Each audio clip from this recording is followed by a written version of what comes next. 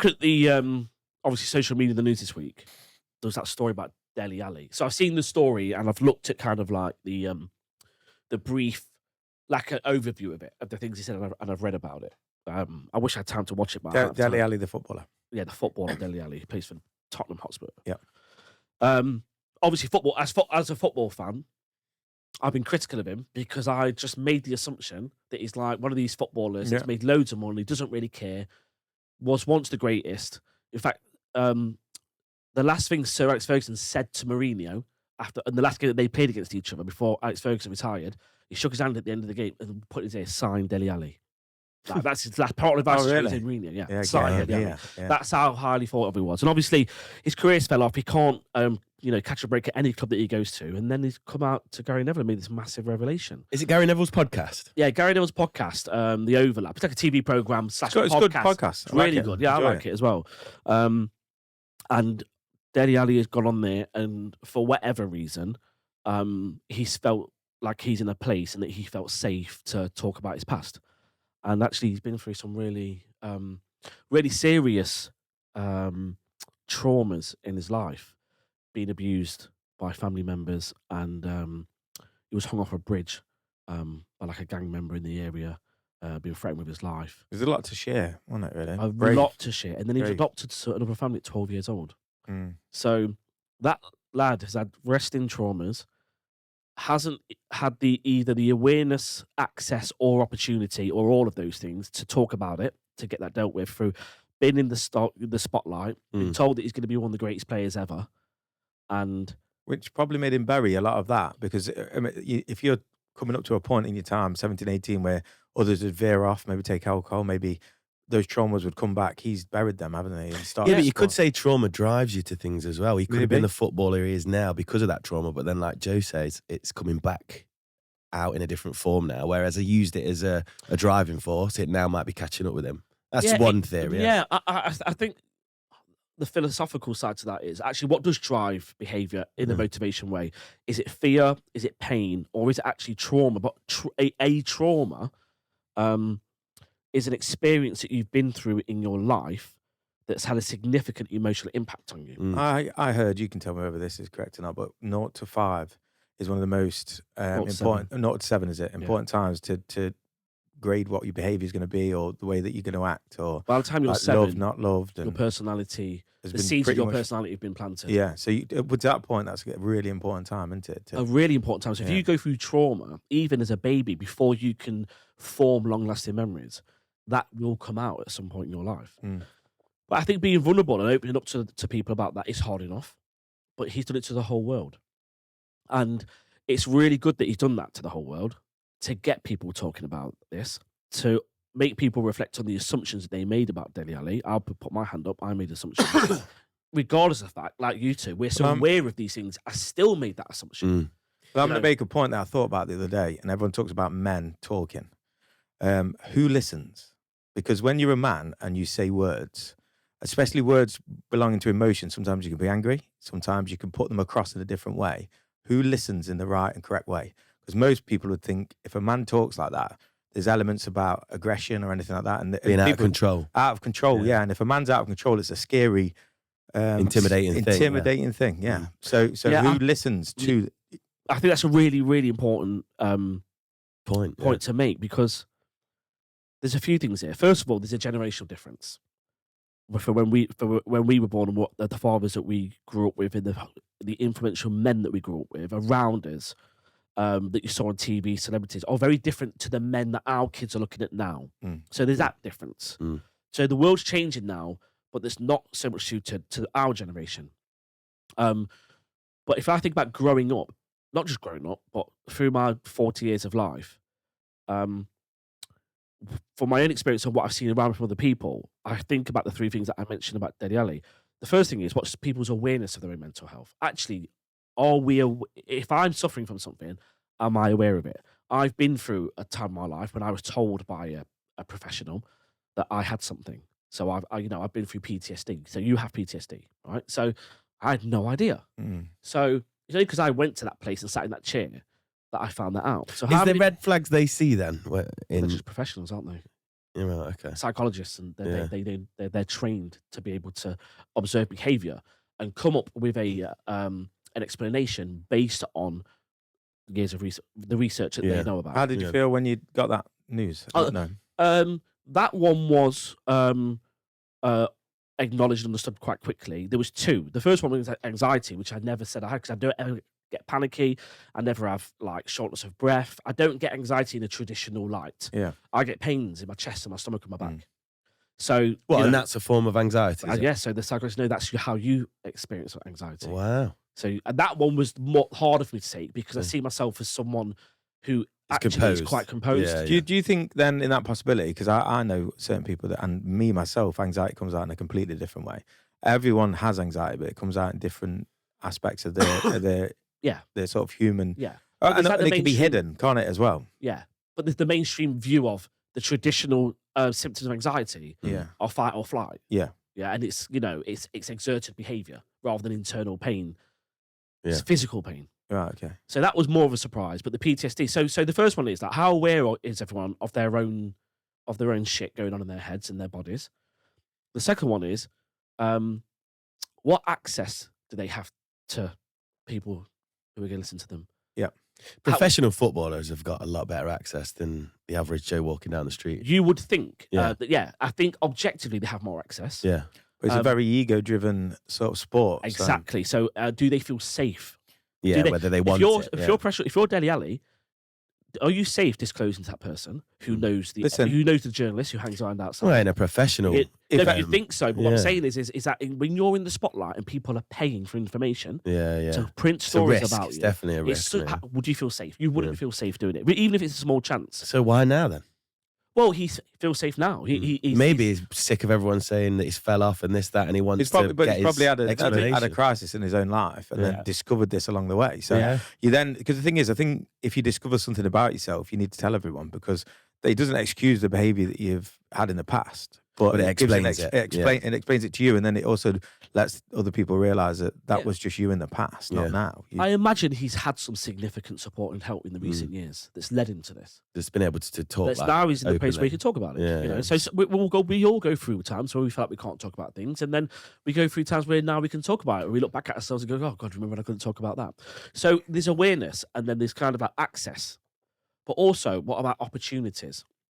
Do people have the opportunity, the support by the people around them, the time, the money? Do they have the money to pay for it if they have to go private because the NHS can't cope with it, which we all know they cannot cope with the mental health situation in this country. Yeah. So those three things are really important. And actually, if you took the whole population of people, never mind just men, women, and children, how many of them have got the awareness, the access, and the opportunity to all get emotional and mental health support? And I would make a guess that this is a pretty low number. Well, I mean, I'm looking at a stat. It just says just over 3 out of 4 suicides, 76% are by men, and suicide is the biggest cause of death for men under 35. I mean, that's absolutely remarkable, isn't it? Scary stat, that, isn't it? That means it's a pandemic. Like they talk about COVID, they talk about that. This is a mental health pandemic. Yeah, and the questions are, what's driving this kind of like this behaviour, and there are two things here. I think on one hand, for me personally, I've got to be empathetic. So empathy is something that let's try and view something from their point of view. Let's try and understand why they're feeling the way they are. But there's another side of me that is brutal to myself and probably to other people in the sense of let's not victimize ourselves, right? Let's not be a victim. And I think that this side is not being able to be spoke about enough because you're seen as someone who's not being supportive. But I say this about myself, someone who... That's where you get out of your bad situation by rescuing yourself in that sort of talk. If you're a man that woke up this morning in Syria, your access to housing and food and water has been severely impacted by the war that's going on in that country. Your safety is in question. Your own government have been proven and demonstrated that they will kill civilians to take out military targets. Syria is in the top 10 of the lowest countries of suicide, Syria is number 4. That's crazy. Right? So going through such pain and suffering on a daily level prompts them to have that natural draw to survival. Does that make sense? It does. Survival instincts kick Well, I in. think we're too far away from survival. And this is the Too much time to think. And that's Too the much- point I'm trying to make. That's- Domesticated, spoiled brats. Yeah, and we're going to get quite objective here. And this is kind of like the nature and nurture side of things, where we're starting to move on to nature, meaning that all the people... I'm talking about evolution and biology here, about the way men are built, for example. But also as well, there are a lot of simple- people who don't like that conversation. Well, if you could break that conversation down and get it into a point where you're going, okay, simply, in Syria, they've got that much on their mind that they're rescuing their family, they're thinking about being killed. We've got too much time. So then take away some of those things that we do in that time. So what instead of us going, oh, these are like this, you're like this, I don't think that's going to help anyone out. But if you can say, look, think about how he's living his life. You're lucky that you're not living like that, number one. But then, do you need to go to the pub 3-4 times a week? Do you need to have that cheeky little bag on a weekend? Do you know what I mean? Think about your own. But these are the true things that people aren't thinking about. They think they're normal things. Take that away from your life. Yeah. Take those aspects away from your life for 3 months. Just sit in yourself with your own thoughts and figure out what's going on. And then start your path of doing that. Yeah, but that they, someone who's going through... who's experienced suicidal thoughts, they're not even close to taking that step yet. No. And what That's why I'm they trying say to broad understand scale. is people in such severe conditions like Syria are not thinking about taking their lives, despite what they're going through. What are these guys in Western societies like ours going? What are they going through in their minds? But this is to want to take their life. And also remember, sorry, I'll bring you back in a second. Something, I think the lack of awareness of the preciousness of life has gone in society. So apparently some scientists worked out that the chance of you being born is 1 in 400 trillion. That's a chance. You'd never take that bet, would you? So everything that had to happen since the birth of the universe, there was a 1 in 400 trillion chance of you being born. God knows how they worked that out. But apparently, this is a... Yes, They're the I've always odds. thought you believe it, and then you go, wow. Or either way, They there is can't a predict point the here weather, that but- the life is precious. And I think that if you're close to death, if you've experienced, like people in Syria, who have lost, lots of them have lost neighbours, loved ones, community members, high figures, all that sort of stuff. Or even if you're just an individual that's experienced death close to you, it teaches you about the pressures of life. Like, I would never, it's like ever a massive think about realization. doing something like that. So what are these guys going through? Also, as well, the figures in Syria, how are they well matched to what we're doing here? People are a lot more. It's not about much. I think the only reason I mentioned that country is what I'm saying is that there are people in the world going through Of really course, yeah. harsh conditions. Their still daily surviving. experience Yeah. is so bad in comparison to people who live in the Western world. Yet there are significant numbers of people in the Western world that are experiencing having suicidal thoughts. What do you think it is? Have you got a theory? I don't have one theory. No. No. I think it's a culmination of. Well, are we talking? Go on. Are we talking? Because the thing is, it's such a broad scale. I can't answer that question. No, and this is why I think we need to talk about. For me personally, I think there's a gap in the mental health element, because there's a percentage of people in this country and other countries that are mentally ill, which means, do you know what I mean? There's a different connotation to that, where they've got something rewired in their brain that they can't help, and then there's this big chasm of people that are coming forward who have got mental illness, that are the people that can be saved from probably these suicides and probably going to a point of a precipice where they can't come back from doing normal things that they're not doing now. They're the people that I think that need looking after the most, because doing the things like taking drugs, doing the things like drinking, doing the things that you think is an everyday thing that you do with you your think friends. then that alcohol and drug consumption is one of the biggest contributors to? I think it's massive. I think it's huge. I think in an age group from 18 to now 60 now, I think alcohol has gone from just being a few drinks in a pub to an every night thing. I'd put that in the top 3. Drink, alcohol, and social media. Also as well, that would be my top 3. And if you think about drink and alcohol, aren't they the same thing? Sorry, alcohol, drugs, and social media are the 3 top. And I think with every day of their lives, people in Syria, listen, they've got their stuff, but also those elements are harming people here, and they don't realise it. But we've gone from a society of probably going out once on a Friday in a chip shop in the middle of the week to now having parties on a Monday, parties on a Wednesday, Halloween parties. All of those parties involve drink and maybe drugs as well. And you're trying to live your life while that merry-go-round and roller coaster is going on. people are getting lost, and people are getting not getting the help that they deserve, because these things are you're supposed to go to a party, you're supposed to go to Halloween, you're supposed to do this, and your diary fills up and you get pressured and overwhelmed, and then before you know it, where is your time to keep your mind at the state? So it's being consumed by your own social environment. Yeah. The social environment that's being created.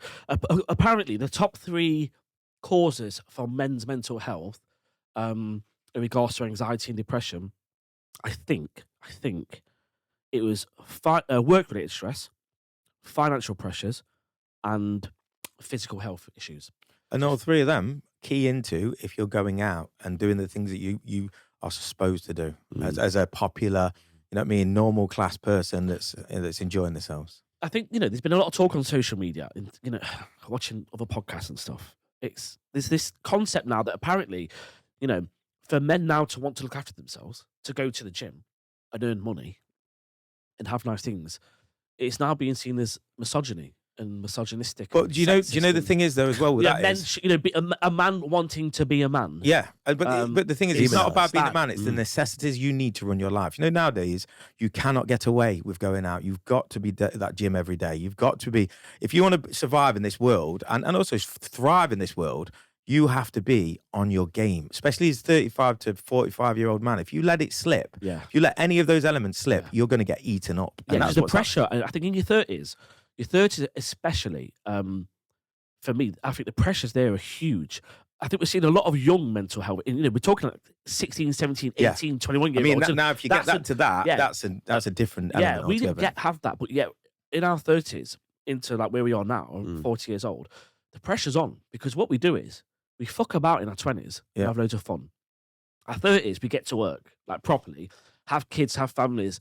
And over that 10 years, you're on pressure to make sure that you can look after your family. In this country, we're obsessed with buying houses. And also as well. Do you know what I'm saying? Like, Yeah. if you don't make the grade, if you miss the trick, and 10 years goes quick. If you get to 40 and you haven't got a wife, you've got no kids, you've got no house, people will look at you like you're different. Yeah. Like you're happy. Yeah. But- they are. No. Big kudos to I them don't think guys. they are, though. I don't think they are. Yeah, but I think there's people like us variations. who are married with families, we think they are. But also, agreed. Yeah, well done to you guys. yeah. They're not Just on their They're just PlayStation. go like, what? Are you stressed? Oh, you just explain it. But what you're saying about childhood and people in the growing up in school, that mental health side of that is booming, and which is not a good thing to say. Sounds like boom is a good thing, but it's not.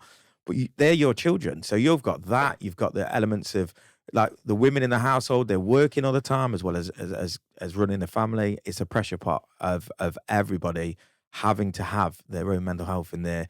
And your young kids won't know about it. Maybe your wife doesn't know about it. Do you know what I mean? You've got to have your head on the game. And if you don't, if you think you're enjoying your life right now and you think you're comfortable, take a look at what you've got, because you can lose it if you don't keep your head up. Okay, so in regards to on the subject of men, what do you think about? Okay, so I was watching a podcast the other day. I forgot the guy's name. I really want to tell him his name. So he told this story, and it was brilliant. And what he was saying is that women's depression and men's depression gets treated the same, when they should get treated in 2 different ways. What we're doing is we're trying to get men to feel validated, listened to, and accepted. That's what women want, and we're doing that now with men. When actually, what men really want is to feel important, be respected, important, status, contributing, And appreciative. appreciated, right? And we're not doing that with men. They told this story, and during World War II, in London, when the Blitz started, they need lots of ambulances and fire engines. Now, back then, most of the drivers were men, and all the men were at war. They didn't have enough drivers for the ambulances. And they went to a psychiatric ward and released all these men in the psychiatric ward to drive the ambulances. They went from having significant mental health problems, right? And they were given a purpose. The purpose, Immediately. Focus. We know what's going on. This is the country's under attack. Your country needs you, right? You need to drive those ambulances. You need to save those people. Yeah. And they did it. Lack of purpose is a massive cause of mental health now. Lack of purpose. And I think that... So what are your views on this? This whole man being man, powerful, status, all that sort of stuff, important, appreciated. It's getting chopped down. The the woke movement are trying to say this is whatever movement that becomes, and whoever it is, it's getting chopped down. And feminists, of yeah, course, because the thing is, it's not about man woman. You can have a man woman. People have got to work together. Like that's not an issue. That's not the thing. But if you're a heterosexual male and you want to be that person, now it's frowned upon. And that doesn't mean you have to be muscly. It doesn't mean you have to. But you work hard. You go to the gym. You make sure you keep healthy. Keep virtuous. Being a man, looking after your children. That now. What about wanting to drive a nice car? Because that's now being labelled as misogyny. I mean, that reporter that interviewed Andrew Tate. Remember, did you watch that interview? The BBC reporter. Yeah, she I did, said, yeah. if you want a fast car, it's misogynistic. That's what you are. Like. Well, I think you It's could ridiculous. say, That's just not right. Well, though, it's is it? ego driven, and that's up to you as a man. If you're ticking all your other boxes, listen, have a car. That's what people get wrong. Tick those boxes that you're doing: fitness, health, looking after your family. Do what you want after that, because no one can question you. Yeah. So if he's got a car, he goes, "Come to my house." I mean, come to what I'm doing. That's not a problem. You do anything else extra from that, and then don't care about what anyone else thinks. They think it's misogynist. What's the end She'd goal? like to live in that house. I guarantee you. She'd like to drive that car. Yeah, She'd but like to be with that guy. What's the end goal? End goal of what? To these points that are being made. I don't think anyone knows or they know. There's not like I a don't- secret plan from the woke brigade who's trying to. You know what? I try my best not to think about But also as well, if there's, what the plan is. And, think about this statement about in this But country. they're doing now. it actively, though. Like you say, they didn't used to do it. The They're doing government it are now. doing it. Whichever way you look at it, if you're a man and a woman and you're married, or I don't know how it works with same-sex marriages. I don't know how it works with a man and woman. A woman can move out the house or move to a house and get her rent paid. Yeah. Right? Fair play. I got brought up by a single mom, so I've got no problem with women looking after the kids and doing an amazing job. Right? Yeah. Fair play to you, 'cause it's hard work. Yeah. Have that money. Men don't get any of that help, No. right? And that's fair enough as well, But because should we're they if they haven't got providers. the kids? Yeah, but then obviously there's an element of if there's so many different variations of that it isn't just a man and a woman thing anymore. You can't have gender roles, but you can have that as a gender. Well, Why I is that heard work? a journalist on Piers Morgan's show today on his Talk TV that he does. Uncensored. Uncensored, Yeah. and she said it's unfair because the work that women do in the household is unpaid labour. Mhm. That's fair enough. Do you know what? I'll give you that. If you work as an actual couple and you create your job as a money worth job, fair play. I don't give her that. No, but what I'm saying is, You don't Unpaid labour. Listen, it's not unpaid labour. It's living. No, It's but you're not raising getting what I'm your saying. family. No, of course it is. Why is but, it- why but is then it you have seen to. as But being then, as a unpaid man, labour? whoever's working, and forget about gender roles. If you're in the house doing that, you have to work that much money for that. It's 50-50. Yeah, That's- but this is yeah. what I'm saying. But what they're saying is no, it's not fair. There's been acknowledgement that they're doing unpaid labour. What about? They're separate, instead of a teamwork, what you're saying. Right, I see. What They've they're got to trying label say it as is, an well, they're unpaid. getting paid quite there. What Well, does then the pay woman get them. for doing that? Pay them. Who? But you just She's a just said- journalist. She's just saying Yeah. that.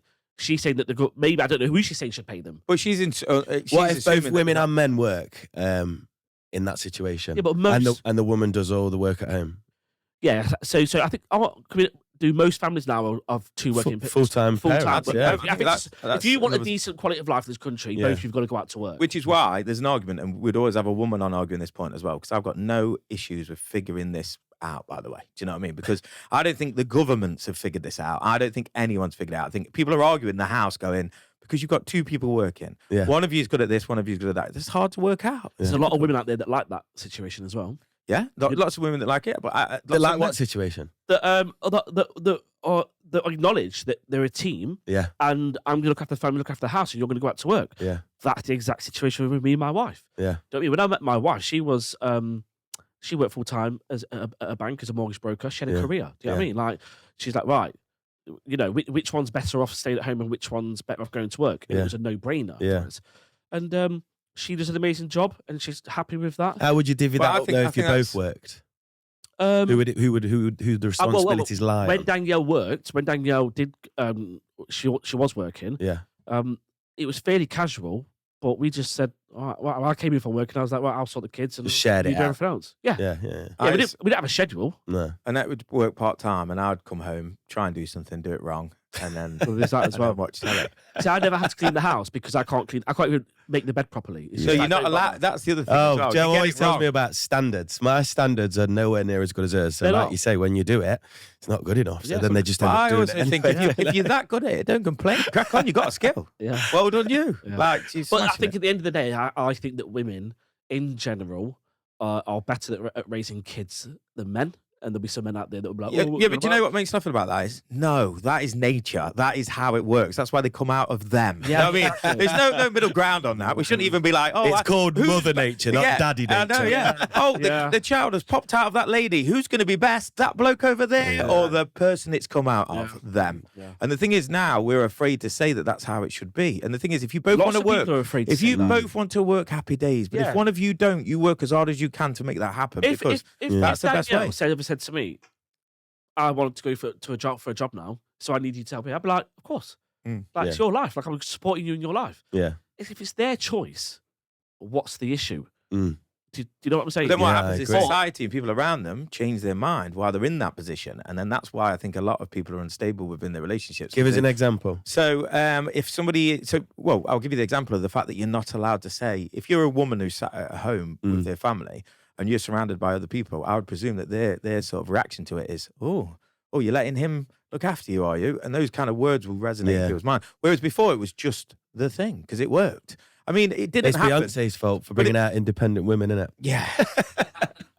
Yeah, as soon as that That's where it happened, came you know, from, as soon as I see my mum, You've got to singing get out your the own stairs. job. You've got to look I know after she your... said that independent women, but didn't Jay-Z like play away a little bit Yep. publicly and then she just took him back in? Yeah.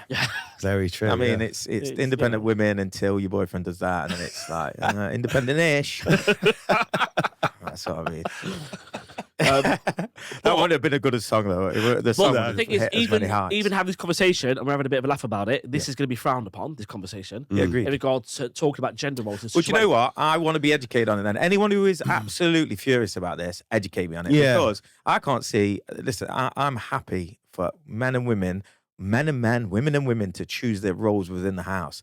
But you can't do the same things. It doesn't work. That's it. Do you know what I mean? If you're doing that, you're going to argue. So going back to like the issues that we're seeing around the world, but let's stick to the UK because we know about the stats. We know the culture, we understand. Yeah. Do you think that lack of clear gender roles may be causing some issues emotionally and mentally, or do you think that actually the pressure on those gender roles? I think you hit the Bit nail on the head both. with purpose. If you're a purpose and you're a gender role as a man, what's your purpose? Yeah. Is your purpose? So there was 5 rules about 30 years ago to be a man. That's it. That's what you got. You worked. You looked after your family. You didn't cheat on your wife. You brought you know what I mean. You brought food home, and you was allowed to go out. You hit them 4. Take the bins out, and you're gone. Yeah, you know what I mean. On the way, take those bins. Boom. You have just nailed your 5. Plain sailing. You're in the pub. You've had 10 pints, and everybody's happy. And listen, that's putting a rosy. It's almost tint on like it, you got an everyone was. allowance for that, for doing the job, for ticking the jobs off. You're allowed to go and get drunk and come back drunk and be all right. Yeah, and well, even the drinking, or you're allowed to go and do. And you say you're allowed, but you've done your box ticks, and everyone's happy. You're going to go do because men, listen. I always say to majority of women, if you're upset with your man, imagine him like a dog. How would you treat a dog? You tickle his belly a little bit, you give him some food. That's it. That's how simple we are. We're really that simple. Tickle his belly. You know what I Give mean? us a belly tickle and Yeah, feed us. happy days, tails wagging. Show us some love, and we'll show it you back 20-fold. That's what we need. But there's probably a lot of blokes out there who completely disagree with that as well, though. So it's just opinion, isn't it? To be fair. What do they want? They don't want to be Well, tickled down the listen, there's a belly. lot of different people. They might be offended by that. What, tickle the belly? Yeah. Nah, not when you're getting your belly tickled. Yeah, don't knock it until you've tried it. guarantee you, anyone gets angry, come in here and I'll tickle your belly. Let's see how angry you are then. There's an offer for for the listeners. I do charge for that. Oh, you can't put that on in the end. No, I So- don't so- really do it for free. I think Ben's right. I think there are a lot of lads out there that would be like, yeah, I just don't need my belly tickled. I just want to feel loved and accepted. And I want to feel That's what I powerful. mean by that. Not And, a belly you know, tickle. Is a metaphor. Yeah. I think obviously the other problem is how connected we all are. We've spoken about this before, haven't we? How connected we are to everybody else. So like my granddad had no exposure to what other men were doing all around the world. You know, my nan didn't scroll on social media and go, oh, look, he's got a 6-pack. He's driving a nice she's just car, looking over the right? fence going, oh, she's got a Yeah. little wash basket. Yeah, I suppose. You've really got that. Do you know what I'm saying? So, you know, are we Dinosaurs. well, no. It's a generation thing, like you said, though, isn't yeah, it? it's generation thing. Are we over Oversensitive to what other people are doing? Is that causing more pressure on men? If we look at, you know, the pressure that we're in a gender Well, you're role. continually looking on the internet at people that are happy that aren't happy. Yeah. Do you know what I mean? Like they're not happy. If there was, there wouldn't be these stats that are going off here now. Do you know what I mean? 97% of men, if you go on Instagram, that means 97% of those people that are on that pictures that you think are happy are not happy. Do you know what I mean? Look at it like that, and that's a scary fact. So So really, in essence, then we've got as men, we have these basic needs like to be able to contribute, to feel appreciated, to be important. I think if to you have- tick those But, off, but when they're asking for help, they're seeing someone who wants to validate their feelings and make them Yes. feel accepted and treat it in a different way without acknowledging. Because actually, if a man walks into a therapy room, sat down on a couch, and just said, "Right, I want you to help me. I just want to feel more powerful. I just want to feel more set," they'll just look at him and go, "Oh no. Yeah. Tell me about your childhood. Yeah. Tell me about your feelings." Yeah. Do you understand what I'm saying? Like, is it being approached in the wrong way, and is that what's causing so many people not but I to think have the because the word opportunity? masculine has been mixed. So being You can't, masculine, we're not allowed to be masculine anymore. you're not allowed to be masculine, and that in itself is ridiculous. You have a pair of balls with the ability to give you masculinity. That's what they are. Well, I the mean, we people can't that- be told what to do when we have that. Yeah, That's but this naivety around that, and this is a lack of awareness and understanding.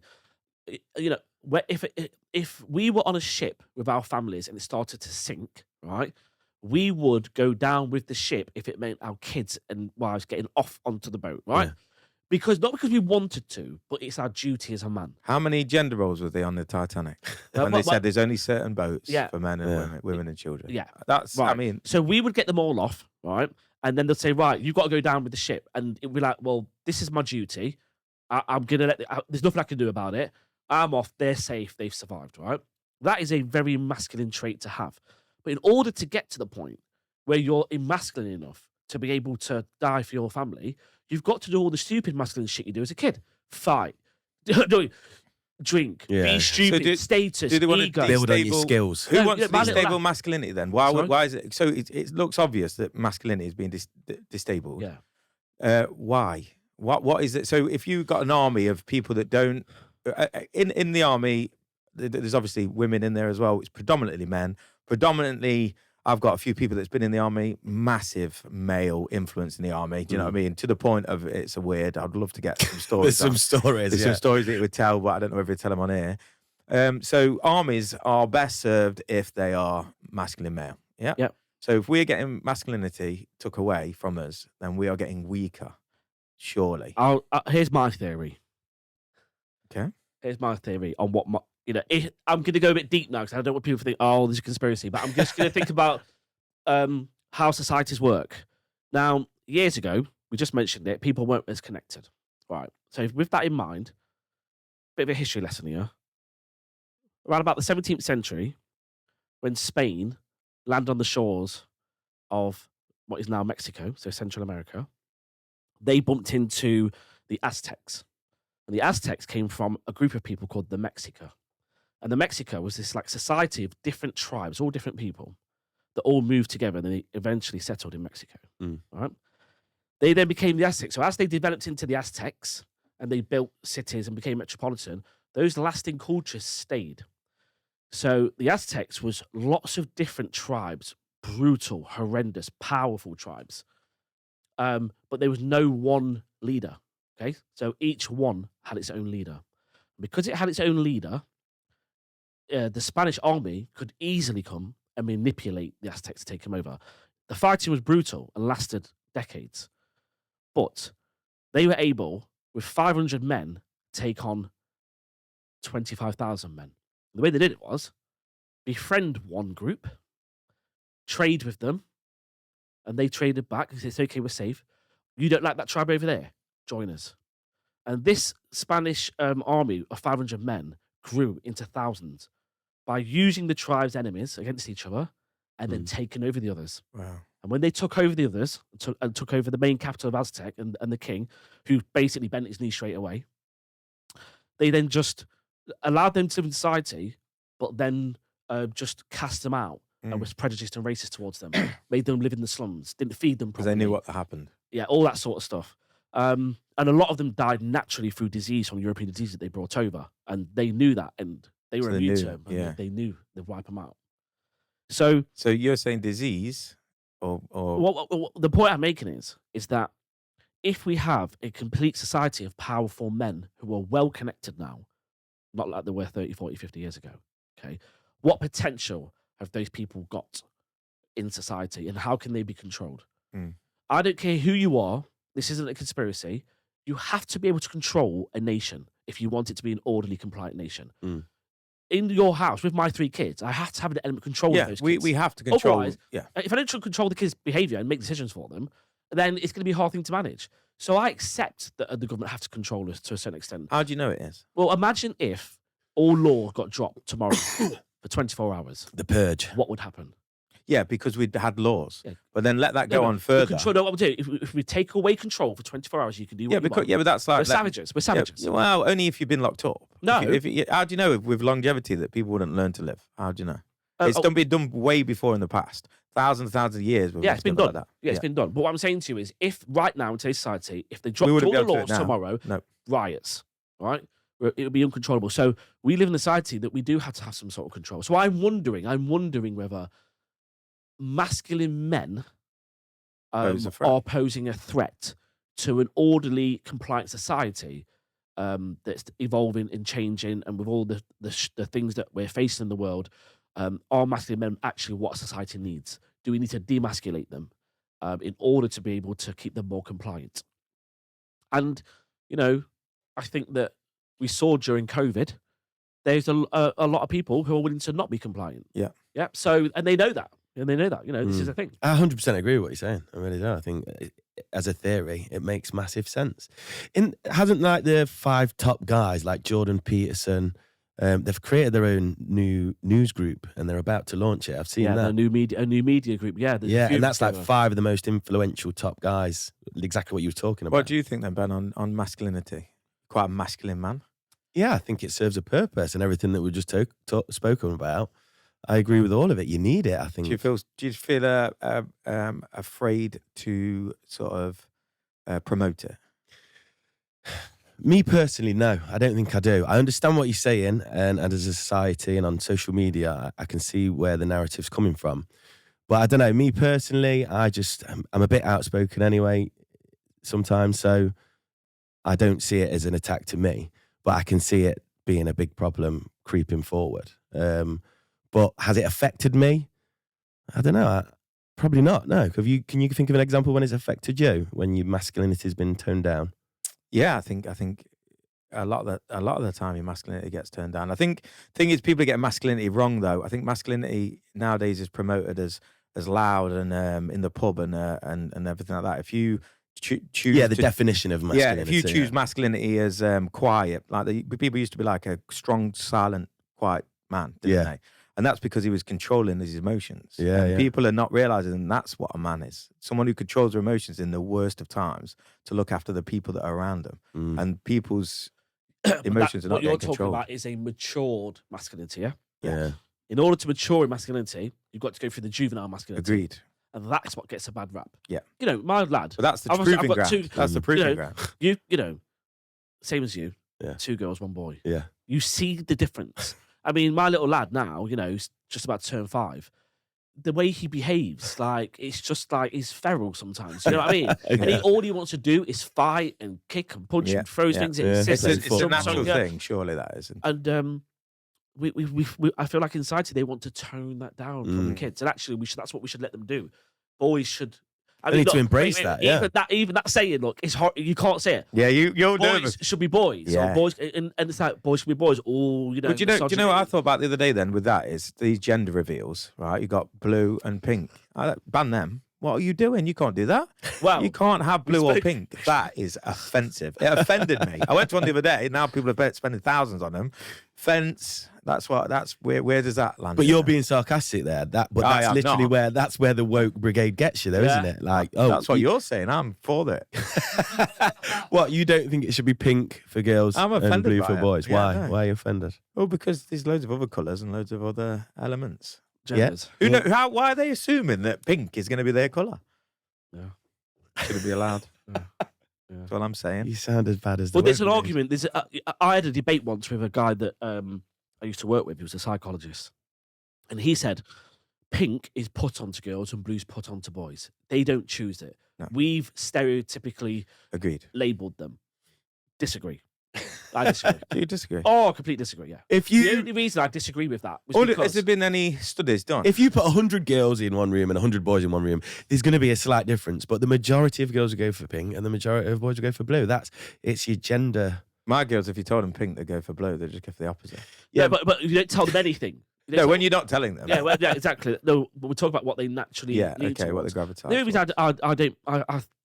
It's all right reading studies and coming up with these theories, but sometimes just look at what's happening in the real world. But they're around making you stop doing that. Do you not? Yes. They're making you not believe your own eyes. Yeah. Do you know what I mean? Like if they say a man is a woman and you're going, no, my eyes are saying that's a woman. That's not your fault. You're not trying to offend anyone. Your eyes are telling you. Yeah. So they're trying to make you not look at the sky and say the sky is blue, and then they say look at the telly and they say it's grey, and you're going, okay, which one is it?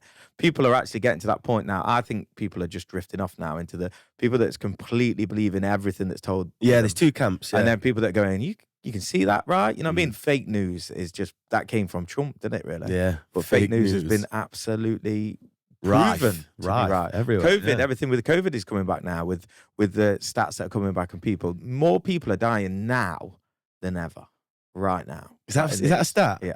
Wow. You know, I think also when we look at what's going on with younger people in regards to their mental health, and I've seen people personally that I know that have come across of stories of young kids and young adults suffering from mental health problems. I thought about this the other day. If you were born in 1995, right? If you by were the time born in you're- 95. so by the time you're 10, you're starting to look around the world. It's 2005, right? That means you've been born into a world where the planet is dying. They've missed the debate at the beginning and all the uncertainty.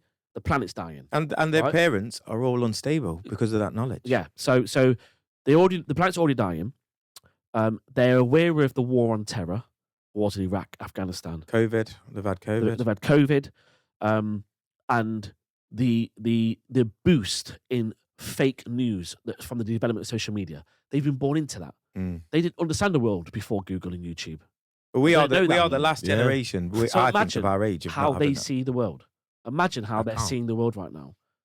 They think they're living on a planet that's dying, and us, the older ones, are just ignoring it. Have you seen Saving Private Ryan? Yeah. You know the start where it just gets put straight onto the beach. Yeah.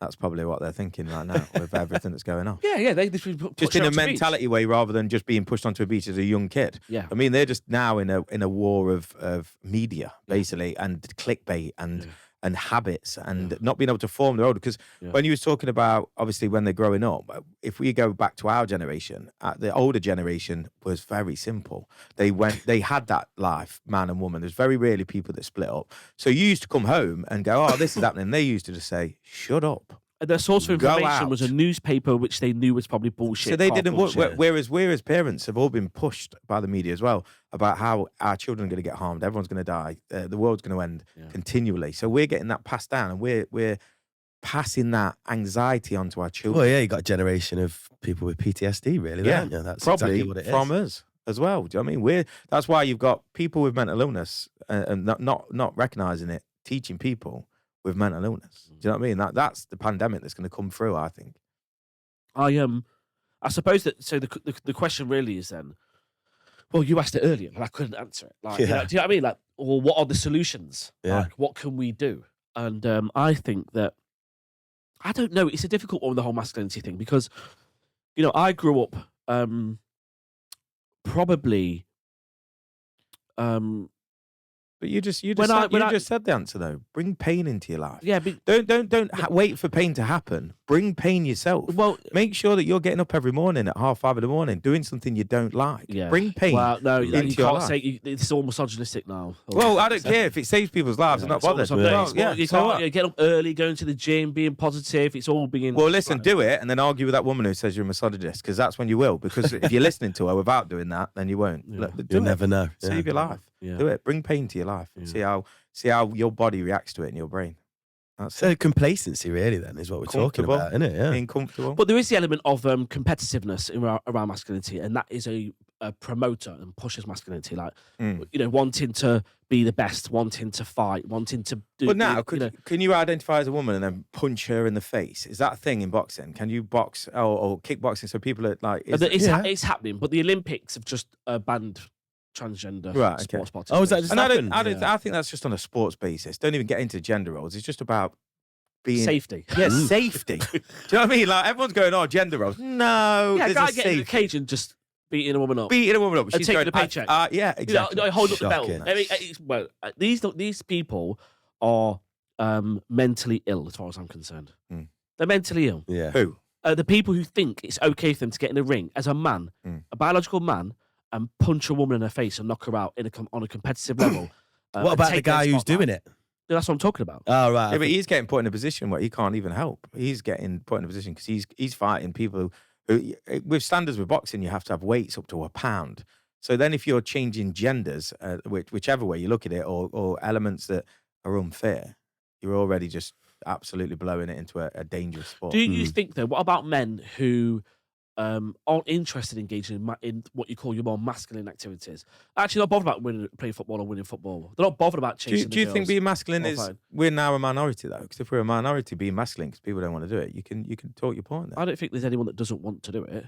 What I'm saying is that there are men who aren't that way inclined. Yeah. And Yeah, they're of still course, suffering that's from fine. mental health. It's got nothing to do with masculinity Yes, or agreed.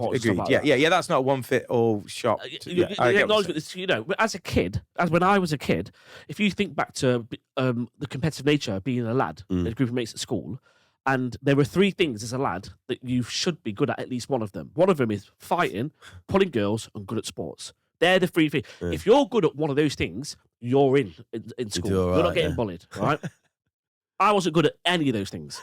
I was not like a lads at school, but somehow fell into a social situation where I was surrounded by them, and I had to survive in that environment. Yeah. I've literally got one talent naturally. There's only one thing I've ever naturally been good at, and that is I have an ability to learn things really quickly. But when you're a kid in that environment, you don't talk about that. Yeah, that's not your token to get out of was that suppressed. situation, is it? And I flopped school. I had to go back to uni as an adult. Yeah. So taking advantage of that. Obviously, later on in life, it's worked out well for So me. that masculine environment didn't make it blossom. No. Oh, And okay. my dad's not particularly like, he's dead quiet. He's not loud or he's not like your typical ultra masculine man. Yeah. He is in some way. He's old school, proper old school. Yeah. But even I wasn't surrounded by those sort of men. My brother, arguably, because he was very So we should make it more inclusive, because masculinity is all types. exactly, yeah. It's not just the extroverted stuff. No. It's Not also just the sport. introvert. It's like your Yeah. values sinking with the Titanic. If you're that's masculinity. Virtuous, yeah. Yeah, your values are right. You want to look after your family. You want to look after your kids. I think sorry to interrupt you there, but the virtuous part of that for you to put. If somebody's coming in my house and I'm with my family, I'm going to that door. That's what I'm doing. I'm going to that door. Now, is that masculinity or is that nature? That's what I would see as Or just personality. or Because like you say, personality. there'll be some people who wouldn't do that. I know people where I'm running out send the door. I'm leaving them there. yeah. See ya. You're on your own. No, but I know people who send the woman instead of them. Where? For example, if someone's at the door, it's I've late done that at a night. couple of times. Oh, there It's you a bit go. late. Yeah. When I know it's not anything. Oh. After all that masculinity talk, Yeah. if it's someone at the door, I am there. Yeah. When I can be bothered. Yeah. Bullshit myself. Yeah. So No, but I don't. No, you're right. In a situation where it's threatening, you would be there. I would. But there are certain men who wouldn't, and they'd shy away from that. They don't Yeah, but like the thing confrontation. is It's just different but personalities. You don't like confrontation, okay? Fine, that's your own preference, not a problem. But there's a fight or flight Yeah. element within you as a man. Yeah. You go and save people. There's bits some been on- fight and some flight. Yeah, don't they? yeah. But I think majority of people, I think if they had to be in that situation, feel like they wouldn't do it. But we're not giving them the credit to say you will. Yeah. Do you know what I mean? Like have that belief that you are that person. Doesn't matter about gender, sexuality, whatever you are. You're put on this earth to be that person of virtue, to help people, to save people.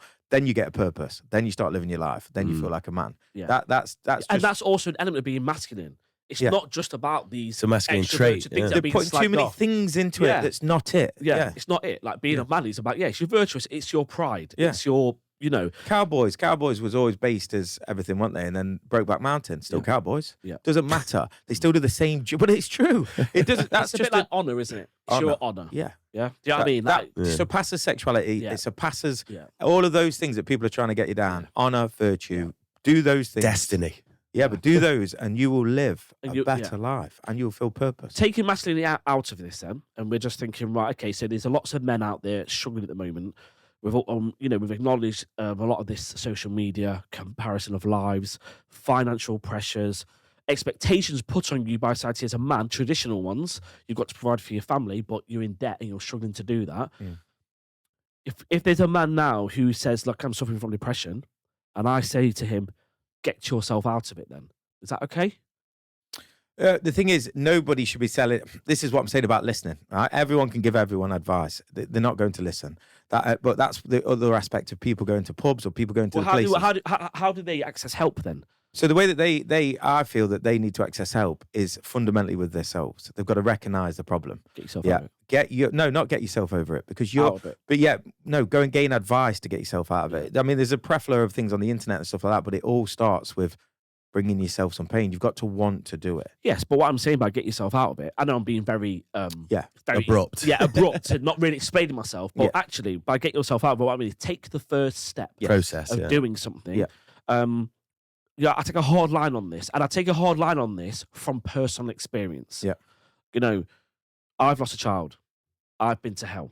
Right. So, I would never make a judgment on anybody else in regards to the way they deal with things. But you can offer advice of how you get. What I can say to you is that hitting rock bottom, the only way you come out of it is through doing something for yourself. You need to do it. No one's going to help you. No one. No. Some people might give advice. You might pay a psychologist and you might have a really supportive wife, but all of those people can only do so much. Okay. And it's fundamentally down to you to climb back out. So what are you doing to do that? Well, let's forget about what they're doing or not doing, right? What is it that they're just letting happen to them? The victimization of themselves. The doctor giving you antidepressants for some people on them 5-10 years straight. Forever now. Being fed with harmful medication that doesn't help. And we know now, the science has told us that there are natural sources of cures to depression that we know for political reasons cannot come into the mainstream pharmaceutical industry, such as certain mushroom breeds. That's been proven. Not just suppress depression, eradicate it from your mind. Really? Yeah. So I did not watch know a that. documentary on Netflix called How to Change Your Mind. Shows you all the there's a couple who've done the studies. People have reported depression not just feeling better, but it's gone. It left them for the rest of their lives. Do you think there's an epidemic of people going straight to the doctors, though? Because that's your first protocol. That's what most people do, and then they get given those tablets. Yeah, well, they're motivated to get given the tablets because I've been offered antidepressants countless times from going to the doctors. I randomly developed a skin condition called urticaria. It's called spontaneous and something urticaria, and basically you get hives. They told me it was because of bereavement and tried to give me antidepressants for it. Wow. I was like, but what if it isn't that? What if I have a serious condition? Do you know what I mean? Yeah, but if you take these, we get paid, so take it. Yeah, exactly. That's So it turned out it was just a stress-related condition that sometimes pops up, right? Yeah. So, But if you'd have took those tablets, you wouldn't have figured that out. but how many people would say, yeah? A lot of people. A Yeah. lot. A hell of a lot. But more than, I haven't seen the stats, but I think a big percentage of the country who have depression go to the doctors and get on these tablets, which suppress your feelings, but everything, your touch, you know what I mean, the way that you work your mind and rewire parts of your brain. But the thing is, it's like anything that numbs a problem. It just numbs it. It doesn't take it away. It's there to then, because also as well on the side of these tablets, okay, on the side, which is and I'm listen, this is tough for me, but if somebody's got no other choice and they are spiraling and they haven't got the backup or the people around them, and then they take those tablets and then it just stops them from, it numbs their position and gives them the chance to then learn those things. They are worth it then. In the right So they are circumstances. not being given them in that way. For a temporary amount of time, Yeah. as a short-term solution. Yeah. That's all they should ever be. An air break in your life. And people with serious mental health problems need that. Yeah. But there are lots of circumstantial kind of like reports of depression in regards to they're feeling depressed because of something that's happened to them, not something that's an imbalance, a chemical imbalance in the brain, which I'm not 100% convinced of is even real. It's all about what's happening in their environment. Now I get that. When I was young and me and my ex-partner, Harley's mum, separated, I really struggled then because I didn't see him every day. And he had really severe health problems, which was really tough for me. Yeah. And I had feelings that I'd never ever had before. Doctor said it's depression. And at that time of my life, I was like, oh, okay, it's depression. Yeah, because if So I they just- say, yeah. Yeah, actually, if they say it, think about that, who knows whether it was or not. I mean, the things that you had going on for it to be. Exactly. Took the tablets, made me feel weird. I'm not doing that anymore. Like, what am I doing? Chucked them away. And then made the decision that this is a competition between me and depression. So I visualized depression Yeah. as this little beast living I inside took me the battle on. and said, let's have it then. It took me a long time, Yeah. but I grew and thought my way out of it. Yeah. Which some people will just think is being really dismissive and ridiculous and arrogant. Well, your And I mind's the can't do strongest thing that you own. yeah, it's the number one way to ever come up with a solution to what you'll go through emotionally, mentally. Because some people, though, are feeling that unwell, they can't even get to the They point can't gauge Yeah. it. where they can objectify it, stand back and say, Yeah. right, I'm going to take this battle on. I was at that point. So we have to acknowledge that this is a really, really difficult thing Of course. for people to do. And I think that's a good point because we're saying it as in like just get up. And I think that people man up was a saying that people used to use. There's a cavity before that you don't know you've got it, like you've just proven there. Do you know what I mean? Those people need time. Do you know what I mean? They need to not go straight to the doctors and, like you say, give themselves time. Give themselves some time to calm your brain down to figure that out. Yeah. But how much of mental health that is around now is solvable by just yourself, in your opinion, percentage-wise? It's hard to put a percentage on it because I think we're talking about anxiety and depression. What are your views on it if I say to you, because I'm taking a hard line on this, like anxiety? Let's talk about depression first. Why do we put them both two together? Yeah, they're not. Yeah. They're not, are they? No. Anxiety is future-related. Yeah. And Depression is the past. depression is in the past. Yep. Neither one of them being in the moment, No. which is exactly where we should operate. That just tells us that. What? So you can't be depressed about the future? What if people have got a really bleak future? Yeah, but you have an you're anxiety, anxious. don't you? You're That anxiety- comes into the anxiety like, band. you're Yeah. anxious about what's coming. Right, fair enough. I Okay. had a didn't great know that. analogy regarding that is like if you're floating down a river Mm. and depression is on the back end of your boat and anxiety is on your front. Do you know what I mean? And depending what rudders you have and how slowly you run down it. Mm. So the more that you're in the moment, the easier you flow down the river. Yeah, that makes massive sense. Great I analogy. love that analogy. Thank you. So they're different. So with depression, it's dealing with the past. Surely the solution to that is to train yourself to live in the moment. Yeah. But How do you do that? anxiety, How do you do that? Somebody wouldn't know. I don't know fully. the best way to train yourself to do that is through meditation. There are 3 types of meditation you can do. The best analogy I've ever heard of the 3 types of meditation is this. It's not mine. I heard this from somebody else. It's the best one. So the first one is mindfulness.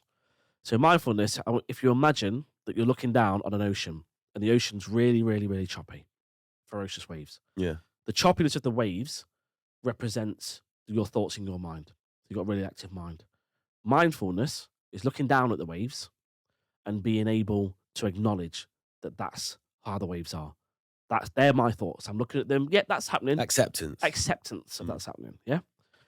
Your traditional type meditation, which you would learn if you went into the Far East, Nepal, like the Buddhism type meditation, is more around acknowledging the choppy waves, but working towards calming the waves down.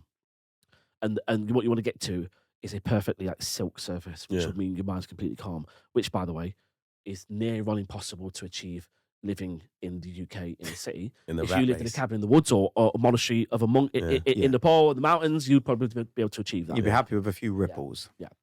And then you get something called transcendental meditation, which is like a special type of meditation in which you look down at the water, you go into the water past the choppy waves, you go beyond your thoughts and go deeper down into your mind. So you imagine going into the water, and the further you swim down, the darker and more quiet it gets. Yeah. And that's like going deep into your unconscious mind. And you can, a similar thing to transcendental meditation, not that I'm an expert on this, but there's similarities between that and the state you're getting into when you're being hypnotized. Okay, yeah. Because I would like to discuss more about subconscious and conscious mind. That seems like an expert way to live in the moment. Surely there's got to be some key things that you can do in everyday life. Okay. Being humble gratefulness, and great, mind, like waking up in the morning and being grateful for what you've got. Gratefulness for me has helped me more than I really thought it was, and I think we all suffer from this where we say we do something, so we hear it, we say we read, we say we do gratefulness, we say we right. I'm a big one of those. I say I do it, and then don't necessarily carry that. No, I was going to get there before You saw me you got looking. there. I did, and I listen. We're being truthful. Yeah, I like we're, it. Yeah. We're not. That's what people always think when people say that we do that. You don't do it every day, right? You don't, and you miss loads of days. But what happens is it becomes part. Once you start to recognize gratefulness in the morning is amazing. To just be able to just start with a simple, I'm happy that I woke up. Yeah, like write a sentence down to read just 10 seconds to at the start, and then a minute. And if you don't write it down, don't be pressured. Do you know what I mean? Work towards an end goal, but just do it very simply. Wake up in the morning before anyone's awake, go down, put a kettle on, and just say 10 things that you're grateful for. Just do that every day, like you're doing. And if you do it with a kettle, when you turn the kettle on, the kettle's a habit that everyone does. So if you create a habit within a habit, you'll do it all the time. And then that kettle will boil, and by the time that's boiled, your thoughts will be on what you are grateful for rather than what you are worried about. Yeah, and there's things like don't look at your phone for the first hour of the day. Yeah. And the night before you go to bed. That's a given for me. Like, but that's become so common in people's lives that people now aren't being told, put your phone away. Put your phone away. Yeah. Don't look at it. It doesn't matter. Like, get as much off electronics as you can before you go to bed. It's not like we're grown adults, but it's still the same as if it was your kids. And what I will say about the whole meditation thing is, if you can't sit down for a minute to yourself and meditate, because I hear a lot of people do that. That's not right for me. I can't do it. The more you can't do it is an indication of the more you need to do it. Yeah. Make sure you watch this podcast first, then do it. Then do it. Priorities. Yeah. Then do it instead of this. And then and just start off with a minute. Yeah. And then work up to a minute and a half and 2 minutes. Yeah. Some people like guided. When I first started meditating, no, that's a lie actually. I've gone through phases where I'll be like, I'll have a guided meditation where they guide you. Takes breath. What was your analogy about running? When I started to run, and you told an analogy about running the first mile, putting your shoes on.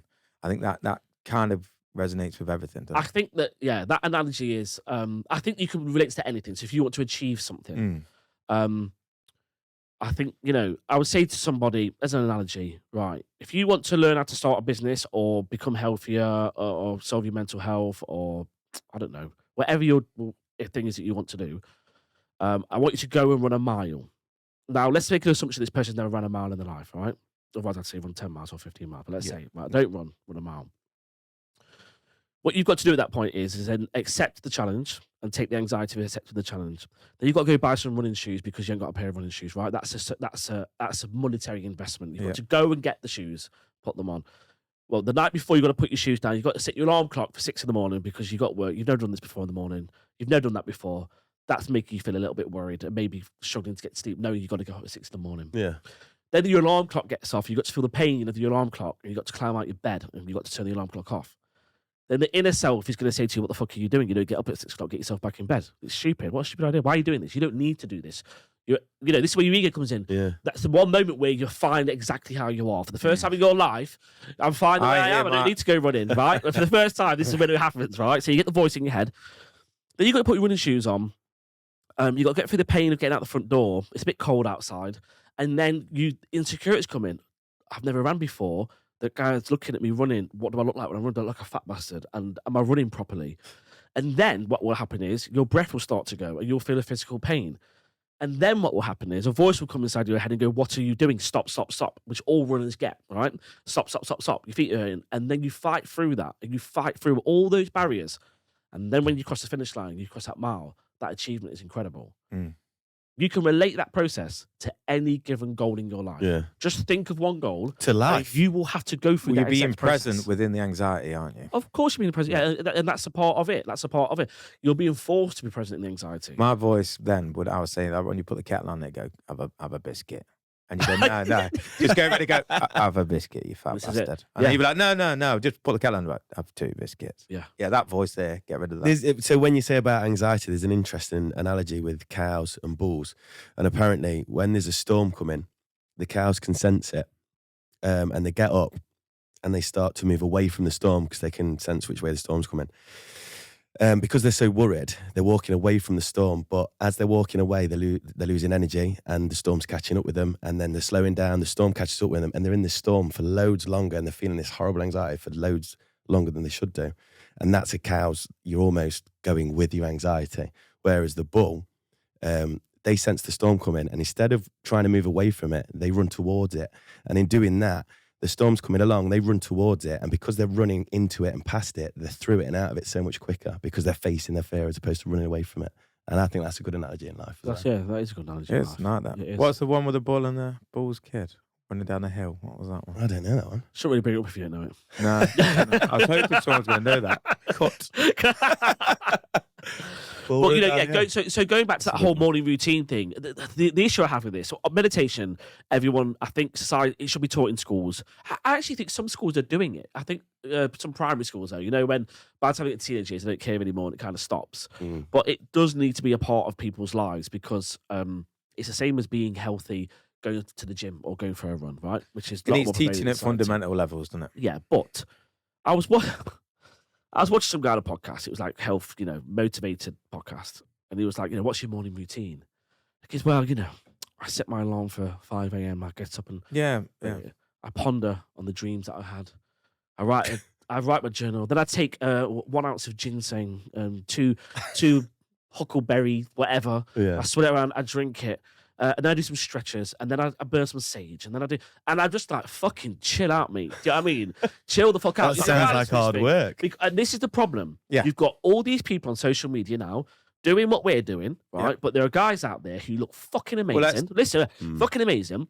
They're talking about how much money they've got, right? And they've got 1 million followers, and they're saying that, they get up in the morning, they do what they want, and I just wait for my laptop in the Bahamas on the beach. So look at me. And what they're doing is they're making actually simple morning routines look like it's hard work and doesn't belong to you because you can't identify with that. And also as well, people try and do that and don't achieve it, and then what's the outcome of that? You're going to get, you know what I mean? You're going to be. I mean, my routine is wake up 5:30. I've started to wake up, and I've been doing it on. I used to lie. Now I'm actually doing it. You know what I mean? And I get up, and it is tough. And I've been doing it for 3 months now. And every morning that voice is going, stay in bed, stay in bed. And then you're pushing yourself to that. You go and make a coffee, you throw a coffee down your throat, you give yourself a bit of a I've scratch. been doing it years, Luke, and some mornings I have to put my phone on the other side of the room for the alarm to go off. Is that what you do? So I have to climb out of bed. I've got a new one. It's a tip. always hard. Wow. Great tip, right? I put jazz on the Alexa to wake me up downstairs. Do you know how annoying the jazz Full station blast. is? Yeah, I can't because I've got a little kid. When then Leo wakes up, that's it. My morning's over. Oh, yeah, your routine's So I have out to the creep window. out the bedroom because the kids will just come down and take over my fucking routine and everything. Do you know what I Strap mean? them to your back. So I have to but even after all these years, and I've done this the early mornings have been important for my mental health. It's something that's really important because if I don't, my mental health. I was about to say, does it impact you when you don't get up early? Then? Personally, for me, if I get up late consistently, it affects my. But I think I'm going to go out there and think it affects everyone. I think the old saying, a morning person. Yeah. That's just somebody who is fighting their Well, no, anxiety. because Lazy person. No, I do think some people can naturally get up earlier, right? Because they're that way inclined. I swear to you, I am not one of those people. People say to me, "Oh, but you get up every morning anyway," and I'm like, Yes, you'd think Did your you body ever- clock would Like adjust. climb Yeah, but did out you of ever meet an unhappy milkman? That's why Problem there's a lot- solved. Yeah, they used to be the happiest what guys about when ever. you used to walk home from the night before though, and the meat float used to come by, and you'd nick a bottle of orange juice? and Yeah, back? always go It for was the orange unhappy then, juice. weren't And do you know milkmen then? Electric vehicles. They was ahead of the game. Ahead of the game. Happy, yeah. Electric cars, get up early. Hey, he was Elon Musk They- with milk. That's why I used to go, "Oh, you were the milkman's son," because Yeah, he was a top guy. Yeah. Future visionary. Yeah. Yeah, You know, you say you set your alarm every morning for 5:30, and you've done it for how many years? I set my alarm for 10 to 5. 5. Yeah, 10 to 5. But I've gone through periods of I've worked towards 4 before. But What it about was the just really weekends? affecting my quality of life. So I had to go back to I bet, 5. That's just not going to Margaret bed. Thatcher did that, didn't she? Yeah. What about the weekends? Do you set your alarm at the weekends? No, I don't set my alarm at the weekend. So I'm What time do you naturally wake up then? about 6 now. See, that's still early. Yeah, though, but isn't it? only because my body clock's changed because I get up earlier. So Yeah. I'll naturally wake up at 6. But if I have a couple of beers the night before, Yeah. I'll lie. But a lie-in for me is 7 o'clock. I'll lie in till 7. Even after a few beers. Yeah, and then I'll wake up and then I'll just sit and watch telly in bed or something. Do you know what I Yeah, mean? just- That's- What's your morning routine, Ben? My morning routine: get up at 6, make my coffee, go to work. In fact, it depends where I'm working. Actually, I'm local at the minute, but I've still been getting up at 6 because I tend to take the dogs for a quick walk around cricket pitch before I go to work. But yeah, do that. Have my coffee, go to work, and then I'm straight on it. Physical exercise. We was even discussing. You picked me up today, and Joe was saying that he's had a bit of a bad day. We're just all a bit Not a busy day. busy day, but I mean, like not a bad day because, to be honest, like I say, I think when we do these Stressful things, it's even day. better. Yeah, It's not stressful. even busy. Overwhelming. I'm lying. You know, how many times we lie about that? Yeah. Oh, are you busy? your own Yeah, story busy. No, I'm busy. I've been juggling plates today. Yes. That's what I've been doing. Yeah. You've been on your game continually. Well, basically, when I say juggle plates, You're a juggler My for wife's your living. actually really ill, and she's been in bed all day. So I've had to take the day off work, but I've had to have the kids, 2 of them, Harder than that work. are off, and my phone blowing up, emails, issues going on. My colleague's on holiday, so I'm covering her work. Yeah. So it's just like It doubles the stress. when I say I'm doesn't covering it? her work, I'm covering her stress, not her work. her Yes. stress. Yeah. Um, You're taking the brunt for I'm the taking- family. That's the one, yeah. Yeah. So you know You when you're bloody mine, hero. and men, I'm going to say a sexist comment now that not all men. Men can't multitask properly. We're crap. No, mate, I'll be honest with you. Give me more than I'll be 2 honest things with to you. do, and I'm fucked. Listen, there's probably men out there that are fantastic at looking after children, right? Yeah. But we are nowhere near No, what women do. no way. And that you're a liar if you say you No, are. I don't care. Yeah, They no, can no, do gender it equality. effortlessly No, yeah. while they're going brush. I mean, my mum used to have a saying. I used to ask her for my football boots, and there's 4 of us, and she'd be like, "Why don't you stick a brush up my arse and I'll sweep up what I'm doing?"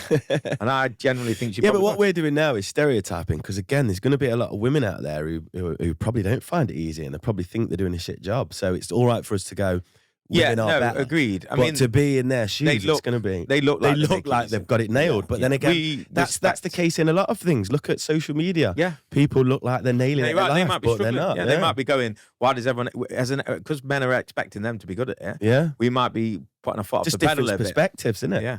I think also if anyone's listened to this podcast, and you are suffering from mental health problems, and you firmly disagree with the views and the approach that we've taken towards the conversation, we would love you to get in contact with us Yeah, and come and talk to us on this podcast. in a positive way. In a Yeah, positive definitely. way, and Enlighten us. if you're willing to educate us on your views, in return, we're willing to show empathy and be empathic and try our 100%. best to understand the This is the world's point point of this. We want to be educated, and the thing is, we say our points of views, and we truly believe them at the time. But that's the beauty of educating yourself. Yeah. Education comes after making a mistake, Yeah. so we're willing to make that mistake if people are Yeah. willing to teach us about it. Yeah, I think it's really important that we continue to have these conversations periodically. Not because it's difficult, isn't it? If we talk about it more, does it happen more? This is the argument that It some is people have. subconsciously Yeah, talking we- about mental health talking creates ab- mental health. Yeah, it does. It create mental health issues. I think the jury's out. I don't think anyone. People could firmly put an opinion in and say no, but we know. I don't think we know. I we're think causing more problems on. we're at the point of no return now where it needs talking about. Yeah. I think it doesn't matter now. I Sorry, think more what was people your learn. sorry? What was your point then? You think talking about it can cause it now? Yeah, so mental health generally wasn't spoken about in the 50s and 60s. Yeah, of for course, example. There are less cases of mental health issues during that time. Now, here's the argument. Some people Yeah. say, no, there were the same amount. Yeah. We just didn't talk about it. So they didn't admit it. Yeah. And then on the other side of that argument is that, no, it wasn't about, for a start, there was much lower suicide rates. Yeah. So if it was about, there'd be the same amount of suicide rates. But they had a place to go because it'd just be Mad John from the pub. They'd be like, oh, Mad John. You know what I mean? Or whoever it was. Yeah. You would have a place in society and people wouldn't Yeah. go, there's something wrong with you. They would just facilitate it Yeah. probably more than what we but, do. but now. but just to put a caveat on that, suicide rates can be we can't solely rely on statistics around suicide rates because suicide is something that's can be determined subjectively as well as objectively. I'll give you an example. Someone dies of a drug overdose. The coroner said it's accidental death. The mum said, no, I think he took his own life. Right. Which one was it? Yeah, but they can put it in. So they decide. Oh, okay. Who decides? Well, Coroner. the coroner and the family. The family get a say, right? So they could And be also, pushing it. and there's one more cultural difference as well. There's actually some religions where suicide is forbidden. Yeah. Yeah, so they'll say, no. It wasn't Yeah, yes. suicide. Then that's Okay. false data That's on that part. Then, It's isn't it? false data. So we can't fully rely on, and there's not a lot of data around suicide deaths amongst children in lots of other countries around the world. So we can't fully rely on suicide rates. Yeah. But we can kind of use that as a measure as where there are mental health problems as much as there are today in Well, previous let's times, do a 50s, thing. If you 60s. leave a comment and, you know what I mean, to see what section of people are listening, to the point. on what side of the fence they're on. Yeah. Like, is talking about the right thing. Yeah. I think talking about it is it the right thing. That's my view. However, the way we're talking about it is what we really need to be focusing on. Agreed. And it needs to be in a positive, solution-focused way Yeah. that is unfortunately against the mainstream view of going to your doctor and taking antidepressants as a solution or consuming copious amounts of alcohol and drugs. Yeah. There are other ways, and we talk about healthy habits and the way you live your life as a man and masculinity. And I want us to promote that that is not a bad thing. And also, And I'm quite adamant on that. That Yeah. is not a bad thing. realistic as well, because look, listen, we all we can say that we get up at 5:30 every morning and we eat. You know what I mean? Google I've never breakfast. said we don't eat. I eat well. No, I know you don't. Yeah, but what I'm saying is exactly. So you don't eat well. Everyone's got the vices. Everyone's I got don't the eat mistakes. bad, but I need to. You know. No, yeah. I bet you actively avoid processed food though. for Yeah, example. there are certain foods I actually avoid. But what I'm saying to you is, I like to go out and eat Yeah. sometimes. Yeah, A there's pint got to of be. beer, You've got to have a and- realistic. a Yeah, plate Yeah, of yeah. pasta. you can't Like, have a mental health issue and somebody sat round and they got all their friends, because it's going to pull you away from your friends and family if you isolate yourself and get rid of everything. It's like You everything have in to life. do it. It's about balance. Well, It's about that's a really balance. good point. What about the drinking then? So, by not drinking, I saw a video today. Actually, remember what's his name? Dapper Laughs. Yeah, I've seen that where Yeah. he said he He didn't know what to basically, do. yeah, he gave up drinking. His life's loads better. He's with his family and his kids. How long he loves for? it. Years. Oh, years wow. now. But what he said is he doesn't talk. His best man. He doesn't talk to any of his mates anymore. Mm. He's socially isolated. Well, look at Jake So if- Buckley on it sober. Yeah. Do you know what I mean? Well, He's- if you've got mental health struggles, and then you socially isolate yourself by not drinking alcohol because you By can't trying be to better around it in the yourself, pub because you're yeah. trying to stay away from it. Alcohol also makes you less. It gives you less inhibitions. So a lot of people with mental health problems, with anxiety, will take alcohol to become more confident. Mm. Yes. So if you take that Yeah. confidence away from them, Yeah. they are where they was at the beginning, Yeah. but without any structure or network Yeah. because they were their friends. So Mm. I think everyone's got to understand that nobody just says stop now. Yeah. Just recognize it now. Yeah. Start to ingest good podcasts like this and Yeah. and good information. Stick around. Stick around because everyone deserves to be a good man. I like that. I like that. Mm. Right, we'll end that one there then. But Yeah, I think we covered some things there. yeah, I think I feel like we're definitely I'm slightly more educated. I Yeah, feel. definitely. Yeah. So Me it's too. working. yeah. I think we still need educating more, Yeah. but I think it's Yeah. Yeah. The more you know, the less you understand. Amazing. Got it. Okay, that's one, fellas. All right, see Con. ya.